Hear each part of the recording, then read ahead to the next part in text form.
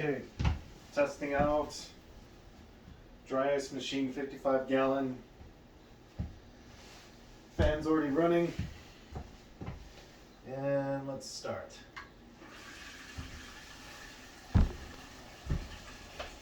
Ooh.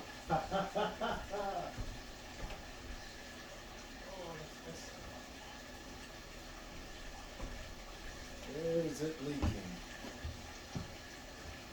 Air suction is good. Could be better.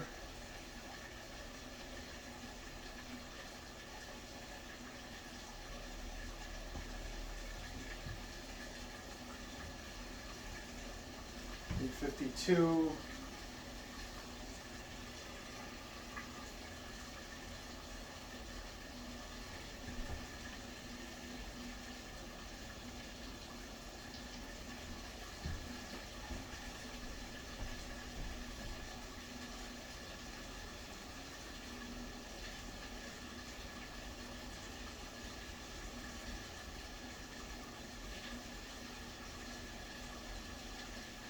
This is the amount of steam we're getting.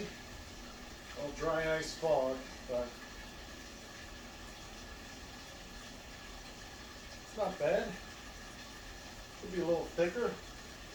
I've got the dry ice came in big bricks, so if I got the pellets, probably have more surface area to work on.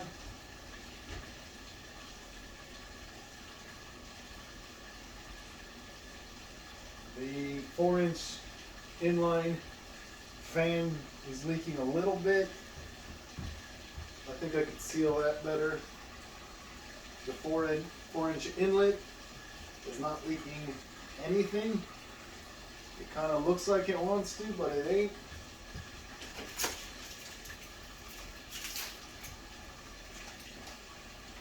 And I can't see anything. Well, let's see how much we got left.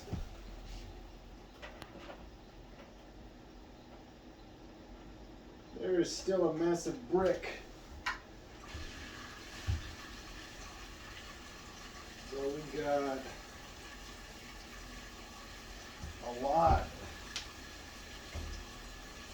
2 heating elements, 120 volt, 20 amp heating elements.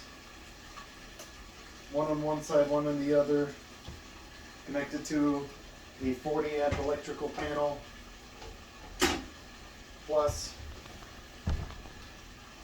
a water pump variable speed. I don't think the variable speed was necessary, but we'll see. Change the flow rate. Oh, it got thicker. It got thicker.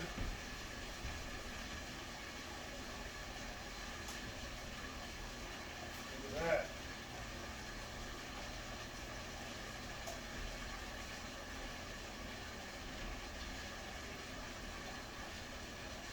Got semi-commercial grade 4-inch plastic hose ducting.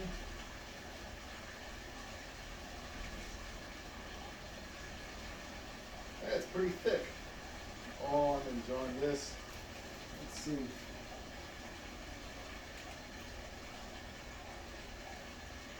So high water, low fan.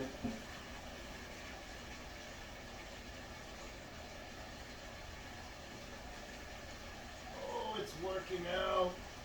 This is excellent.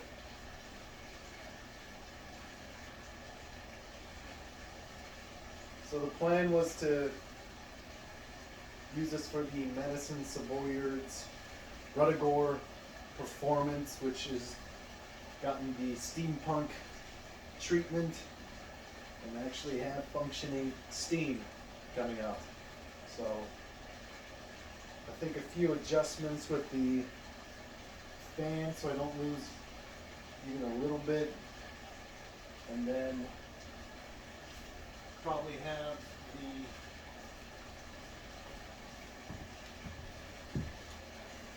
pellets instead of the bricks for for the dry ice. But all in all, this has been excellent. And the nice thing about having the air inlet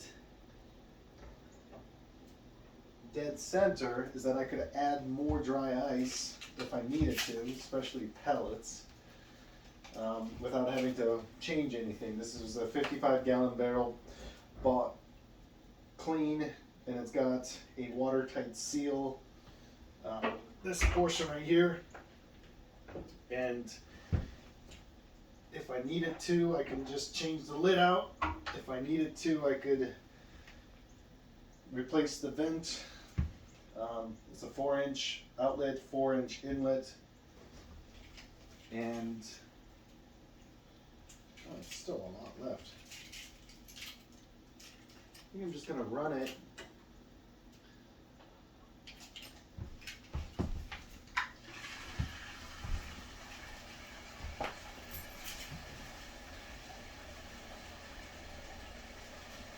I mean, a single brick came in a bag like this. 5 to 10 pounds. So I haven't even gone through the second brick yet. So this is a lot of fun to make. Very interesting. Here, let me get some close-up shot. So what we got is, those are the heating elements. I've got Romex attached on both ends of the heating elements to the electrical box. We have a 40 amp panel. I was afraid that we needed to add more heating elements, but it's still pretty warm. Not sure if it would ever pop, but just safety purposes, and then no chance of somebody hurting themselves or breaking the machine.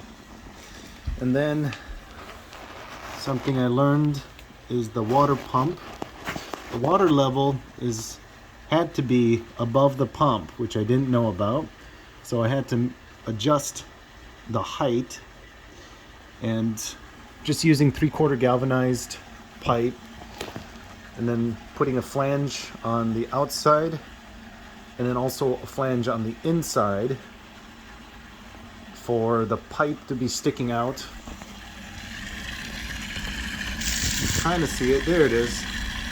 So have like a 8-inch galvanized pipe sticking out, and then an elbow pointing downward to change the direction of the water flow. I can change that elbow to a cross-shaped one so that I can add more outlets. But everything's flanged together. I experimented with welding. That was a terrible idea. Don't do that. One, it's making stuff permanent when it doesn't have to be, and if you're not good at it, like I am, you didn't make it waterproof. So I ended up using steel reinforced epoxy to make it waterproof, and then you can get the heating element adapters at the hardware store. So the nice thing about all this is that if any single part breaks, except for the heating element adapters, I could replace it. So the pump goes bad, replace that. I want to change the direction of the water flow, I can change that with just unthreading the pipes.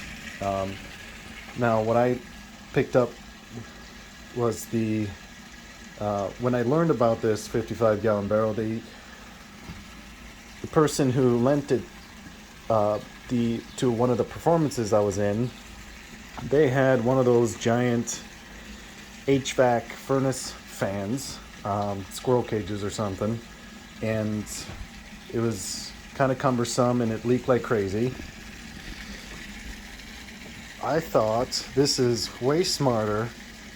So that's the airflow going in. That's the outlet.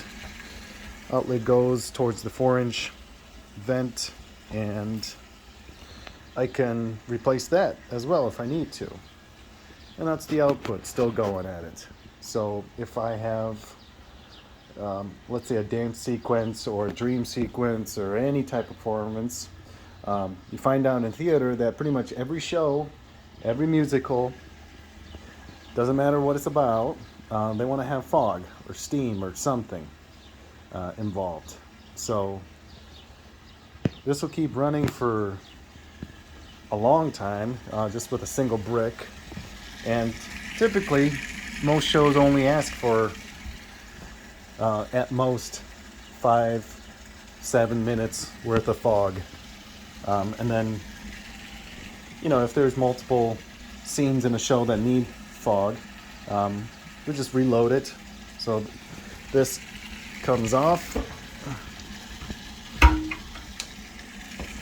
goes over the thing, loosens up,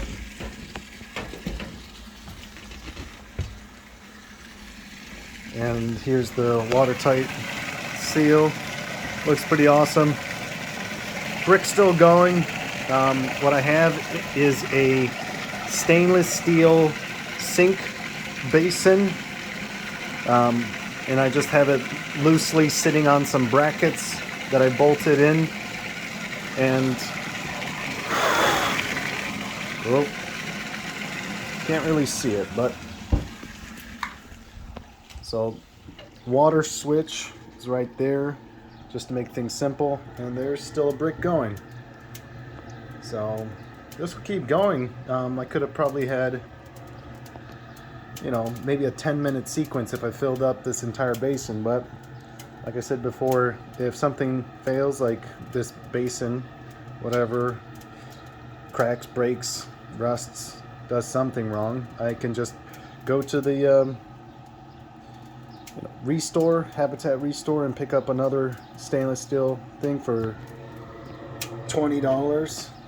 And then what I figured out was that the typical drain drained the water too slowly, so I had to drill additional holes to speed up the water flow. And crank it back up, and it keeps going. So actually at this point, I don't know if I need the seal. It sits pretty nicely, so I might just leave that off. It's more convenient anyways. But yeah, so this is June 4th, 2022, and my homemade fog machine. Thanks for watching.